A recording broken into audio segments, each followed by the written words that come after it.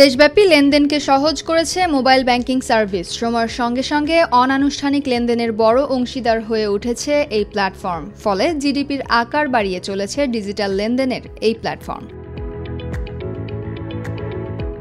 দেশের অর্থনীতিতে গুরুত্বপূর্ণ অবদান রাখলেও মোবাইল ব্যাংকিং নিয়ে নানা অভিযোগ রয়েছে ব্যবহারকারীদের। এই খাতে বড় প্রতিবন্ধকতা হয়েছিল একাধিক অপারেটরের মধ্যে অর্থ লেনদেন। দেরিতে হলেও সুযোগ এলো এই দুই অপারেটরের মধ্যে লেনদেনের, যার জন্য মাধ্যম হিসেবে কাজ করবে বাংলাদেশ ব্যাংকের প্ল্যাটফর্ম বিনিময়। 2022 সালের নভেম্বরে চালু করা হলেও এর ব্যবহার নির্দেশিকা প্রকাশ করা হয় 2024 সালের 9 জুলাই। সংস্থাটির এক প্রজ্ঞাপনে জানানো হয়েছে, ভিন্ন অপারেটরের মধ্যে সরাসরি লেনদেনের জন্য অ্যাকাউন্ট খুলতে হবে বিনিময়ে। ইকেওয়াইসি নিশ্চিত করতে হবে গ্রাহকদের। এরপর গ্রাহক নিজেই এক অপারেটর থেকে অন্য অপারেটরে অর্থ লেনদেন করতে পারবেন।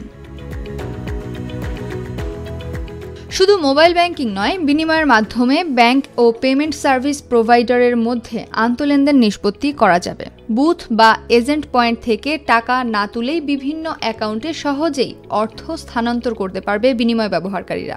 বীমার প্রিমিয়াম বা ইএমআই প্রদানের ক্ষেত্রেও ব্যবহার করা যাবে এটি।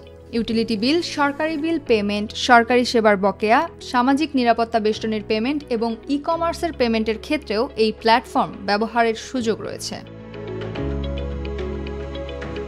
বাংলাদেশ ব্যাংকের নির্দেশনা অনুযায়ী প্রতিটি লেনদেনের জন্য নির্দিষ্ট পরিমাণে চার্জ দিতে হবে ব্যবহারকারীকে। বিনিময় প্ল্যাটফর্মের মাধ্যমে মোবাইল ব্যাংকিংয়ের এক অপারেটর থেকে অন্য অপারেটরে টাকা পাঠাতে প্রতি হাজারে ফি গুনতে হবে 5 টাকা।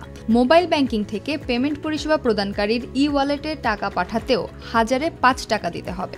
আর মোবাইল ব্যাংকিং থেকে ব্যাংক অ্যাকাউন্টে টাকা পাঠানোর ক্ষেত্রে এই ফি 10 টাকা। আর বিনিময়ের মাধ্যমে করা প্রতিটি লেনদেনের জন্য প্রাপক প্রতিষ্ঠান বাংলাদেশ ব্যাংকে 50 পয়সা করে দেবে।